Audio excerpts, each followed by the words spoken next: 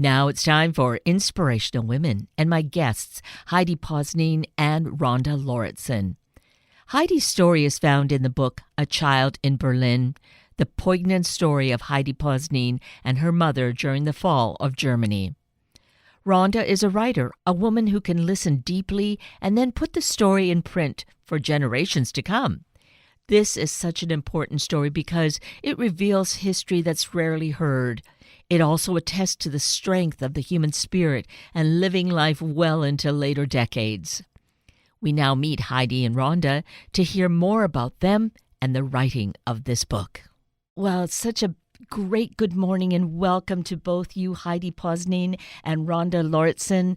I am so grateful that you are here to share about this incredible book and giving us this background of history, something that occurred nearly 8 decades ago, right? 80 years ago, the end of World War II. Yes, thank you. That anniversary is coming up. Yes. And so was that your goal, Rhonda, in finding this connection with Heidi and writing this book? No, it was completely serendipitous. Heidi was introduced to me. We have a mutual friend. I'd worked on her story, and Norma introduced me to Heidi. And it just happened that we finished it and realized, oh my goodness, next year is the 80th anniversary of the fall of Berlin and the end of World War II, and you were there for that moment of history. Right. And when you made that connection, Heidi, how did that feel for you to think of going back into the past and remembering these stories and sharing them with Rhonda? I've always remembered, but I never liked talking about it until Rhonda and I got together and we started talking about it, and then we got more and more involved, and she ended up interpreting what I was telling her. Yeah. Heidi's memories were just astonishingly clear, just resplendent with detail. It was a real joy for over almost 5 years, meeting with her a couple of times a month and capturing her oral history. And you were saying, Heidi, and I don't think this is at all unusual, that you didn't talk about these stories from your childhood because they are tough. There's so much suffering and pain that you witnessed. And I know even with my own mother who came from Poland from the war years, not wanting to for the longest time to talk about it, because did you feel it was resurfacing those pains? Oh, very much so, yeah. In fact, a lot of times when Rhonda and I were working on it, we would actually get emotionally. Sometimes I felt like crying, and so did she. And yeah, it was almost like what would you call it when the soldiers come back from the war? Oh, like post-traumatic stress. Yeah, kind of like that. Oh, and absolutely. Yeah. Yes. Yeah. So then, because I'd recently had a conversation with a psychologist who works with persons who suffer with PTSD, it seems that in the telling of the stories, some healing comes up. Did you feel that? Yeah. Also, whenever we go someplace and smells would remind me. Ah, yes. When my husband and I would drive past like the city dumps, like the trash burning. And the fragrance, the smell of that just brought me right back to when we were being bombed out in Berlin, when the city was burning. And and then I would get the back of my hair standing up on the back of my neck. Oh, and those are incredible insights to think of today for anyone who's been through any kind of trauma, how it resurfaces in you and is important to acknowledge, right? Yes, very much so. Yeah. Yeah, but it did feel, cathartic and beautiful. The process was hard at times, even for both of us, because I'm a very empathic kind of person. We both, the emotion rang out of us, but it was beautiful in the end, don't you think? Oh, yeah. It's kind of like a release to get it off your chest. Yes. That helped quite a bit too. So. And for someone like myself reading the story, this was really an important insight because it wasn't, it was so much factual. Yes, I know that, Rhonda, you needed to kind of do a little filling in, but the majority of the story is, Heidi, your experiences. And it's not common for us to really have that experience of what a child lived through during those war years.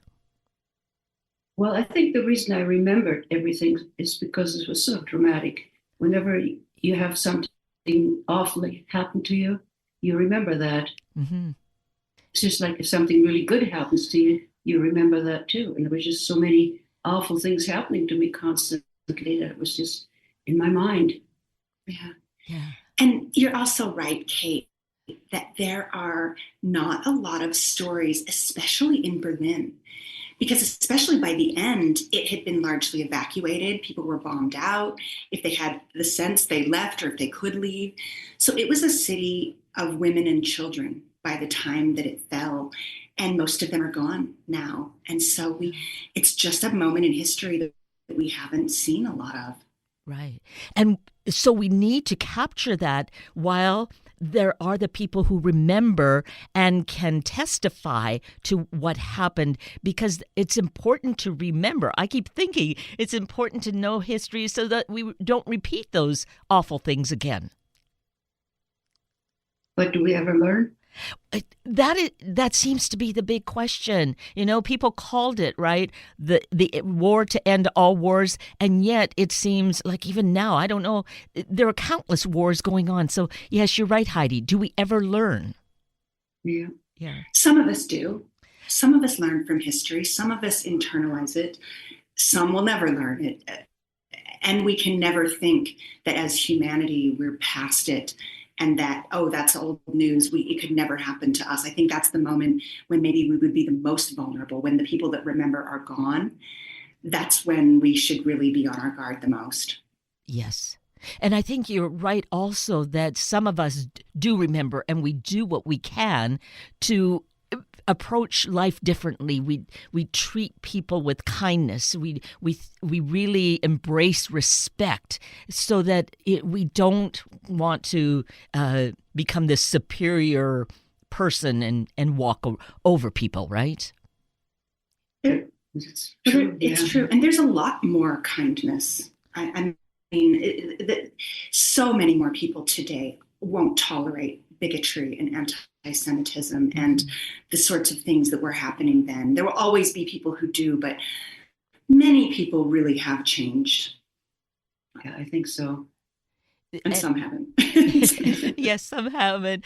And Heidi, because you've lived through so much, through those war years, right from the beginning, and being torn from your grandparents who were caring for you at first, and then being in Berlin during the bombings, it just feels incomprehensible. But yet it showed how strong you are, you with other children.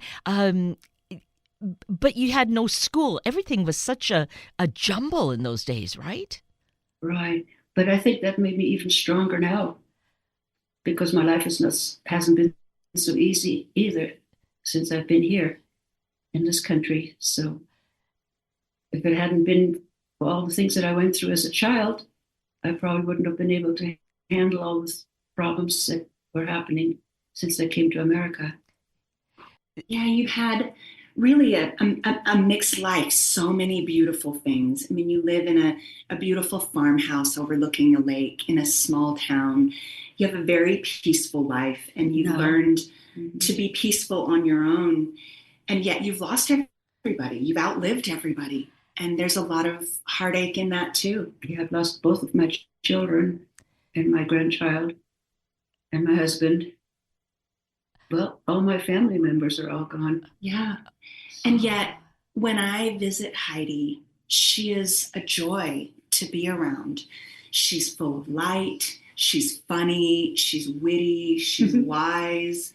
It's going to her home for me is a retreat from the cares of the world. It's been the most amazing blessing to be around you. And so that resilience that you had and that you gained as a child is evident in who you are today. Well, thank you.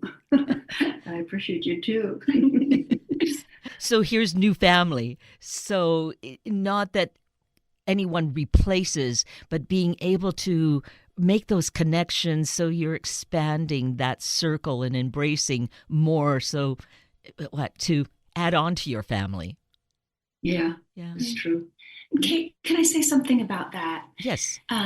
This has been, for me, a passion project, a labor of love, and a lot of time. I drive to her home and we spend expanses of time without looking at the clock. We just be together. And a real friendship has developed. And I think about, it's so much time. And yet, one day driving home, it occurred to me, but why are we here on Earth? If not to form relationships, to spend time together, to really know someone and be known. That's why we're here. Yeah. Yes. Yeah. Yes. An extremely beautiful thing to say and to remind us that that's what it is, to make those connections, to really see a person, see each other, and hear the stories and learn and grow from them. Yeah. And for your listeners, when was the last time you sat with someone you loved and didn't look at the clock and didn't look at your phone and just talked for a long time? When it's an important art that I hope we're not losing as a culture.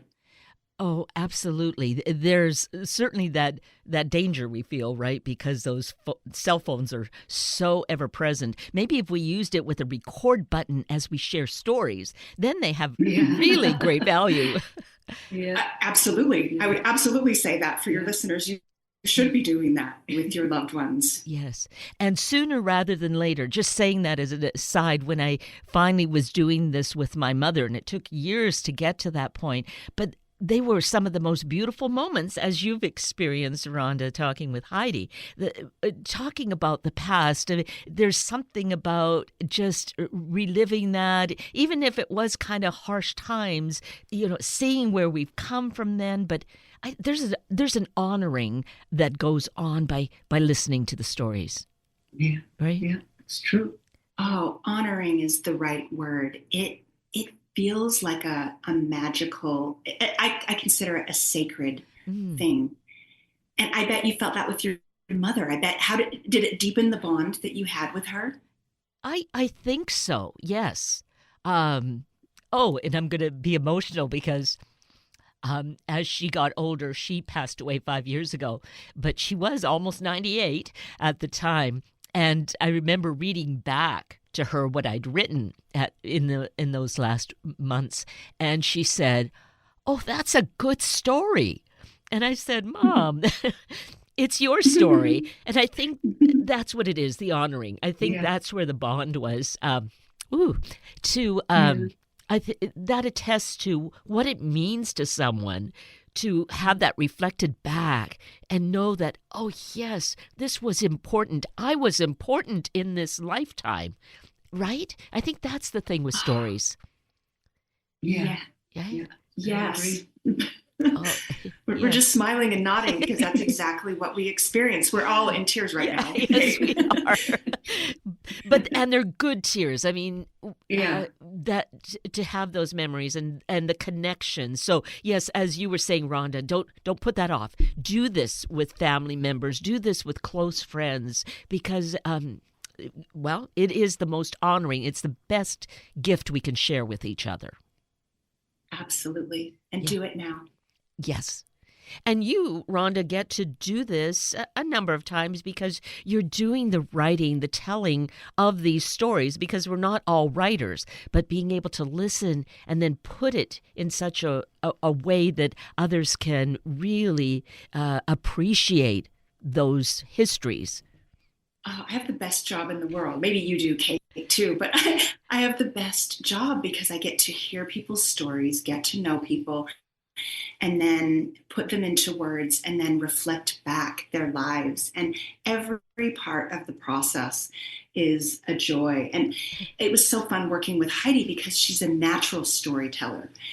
as she told me the stories, she didn't give me spoilers. She told it to me as it happened. And so we would be talking, and we were together for weeks, maybe even months, before you told me, oh, and one night my mother went to a dinner party where Adolf Hitler was at the head of the table.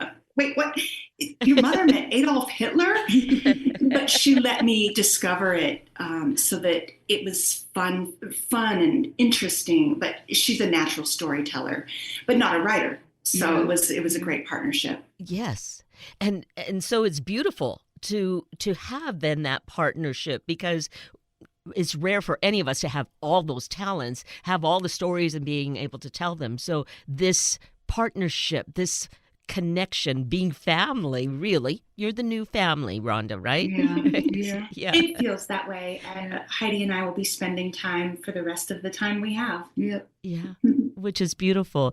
Do you live in the same vicinity? About 45 minutes away. Oh, well, then that's really perfect. It is. Yeah, a lot of my clients we do via Zoom, but Heidi, you're pretty sharp, and it still takes care of her farm property and her animals, and you're pretty tech savvy, but Zoom isn't your favorite thing. Well, then I thank you for being part of this Zoom conversation this morning, Heidi. But then it gives comfort having your daughter, Rhonda, beside you. Yeah. So being on the farm and with the animals, that's not surprising, because you really have always had an affinity. You love to have animals around you, and you really had a strong connection with them.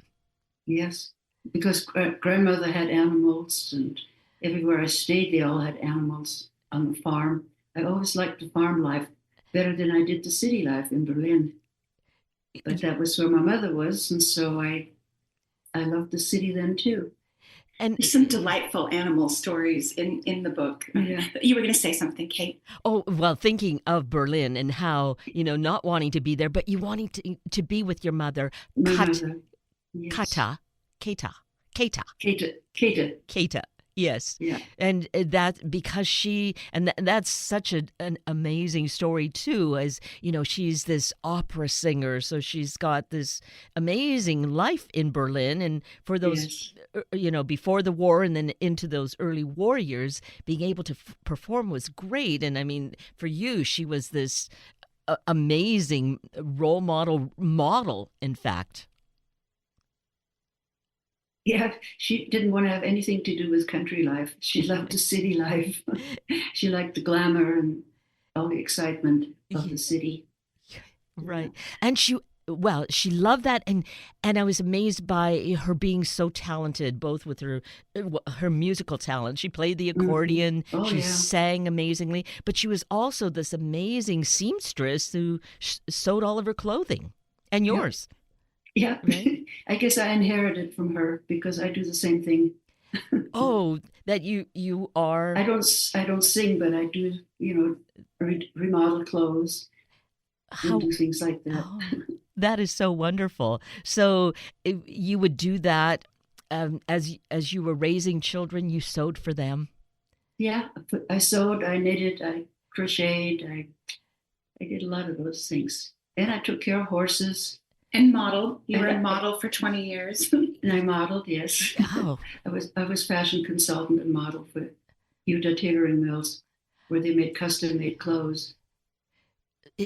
What a amazing life, thinking of those tough years. But as I read about you as a child, you obviously were resilient and so bright. Yeah. Even though I have dyslexia, I still was able to cope with everything. And isn't that an interesting thing, that you had challenges, but there was no name for it at that time, or at least people didn't know. So now you can put that label on it and understand better, right? Yeah. Right. Before they thought I was being goofy or naughty or something. Yeah. No, I didn't know what it was until I came to America. Right. Kate, I want to go back to something you mentioned, and that's just how resilient she was. To me, because the story is set in such a dark time, the brightness of Heidi and just teaching me as a mother. I have a daughter who's been Heidi's age the entire time we've been working on Oh, this story. So it showed me how much children are capable of. And we in this country don't have to expect so much from our children. Thank goodness they don't have to go through those things. But I know she is capable, and that children can come out of something terrible with their light intact. So that to me was a real takeaway of the story. that is really such a critical point to make. Recognizing what went on and then applying it, that this is not just because Heidi is special, but yes, that resiliency is there in children, and to really recognize that and trust in that and guide along when if it's your own child or it's someone in the neighborhood, or maybe you're a teacher and you have these children in your care, right? Absolutely. We can expect more from them than we often do. Right. Oh, that it was really a dark time, and rightly so. You're saying, Rhonda, how Heidi just sparkled through this. Not that there weren't painful times, certainly, but oh my goodness, just how you were able to see people, understand. You were wise beyond your years. I've had people ask me, well, how come you're not a drug addict or an alcoholic? I said, that's just a crutch, you don't have to lean on something like that. You just have to get your inner strength out. And to that point, I mean, there are those horrors that you saw in those young years, and Mhm. I guess people do try to douse them with alcohol or drugs, but Mhm. that, like, obviously didn't even occur to you. No, no, I didn't even never even smoked. And everybody always smoked around me. I always thought, that's crazy. Why do they do that? It seems a little like you came that way. You were born a bright, precocious, wise beyond your years child, but also you had this mother who was so remarkable. She was brave and strong, and she believed that the best way to protect you in a very perilous time was to educate you.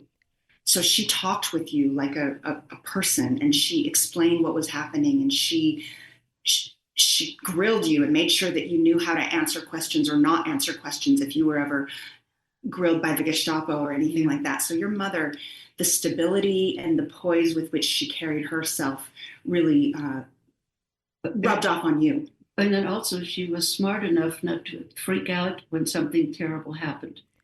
Because if she would have freaked out, then I would have freaked out too. She kept her True. cool, tried to explain it to me and calm me down. And she was just amazing. And I always relied on her so very much because I knew that if my mother was okay, I can be okay too. Right. And that there she was, being this Yeah, great role model yeah, to show how to be. yeah, Really, just so amazing. Again, we as parents, as teachers, whatever connection, aunts and uncles or in families, to know what a difference, how important we are to the lives yeah. of these Oh, yeah, kids. Right? definitely. Yeah. You've talked about that energy a lot. When your mother kept her cool, then you kept yours. And you saw people around you lose their heads at times Oh, yeah. and panic. And your mother didn't come undone. And you were able to take your cues from her. So, again, as parents, if we can keep ourselves together, our children will probably be okay. Right. And, she also, I had no awareness how people, citizens during the war, those war years, had to really sign off as being party members. I mean, that was just such a new awareness, and how she, though, had her principles, and there was no way how she was able to maneuver around that and not have to sign on as a party member. Yeah, that's true. It cost her her dreams. Yeah. Yeah. She had to make some very hard choices, but she had a strong moral compass. And when she saw what was happening to people that she loved and cared about, she took a stand, and there's a very real cost. That's another thing that is a theme of this book, is the cost of war for ordinary people, choices no one should ever have to make. Right.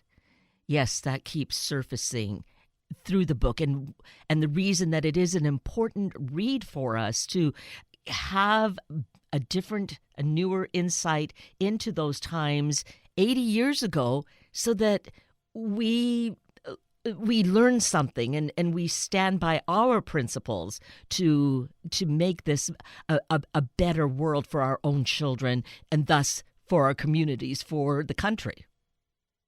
That's absolutely right. Why do we tell stories? It's not just to, I don't know, catharsis is a good reason, and connection is a good reason, but to learn. And I think it's as relevant to our day as it was then. Oh, absolutely. So talking about the book and its value, A Child in Berlin, how can we get this? It's available on Amazon or anywhere books are sold. So if your bookstore doesn't have it, they can get it. I know that the King's English Bookshop here in Salt Lake City will ship signed copies to you. We've partnered with them to have a few signed copies, so you can get that from them.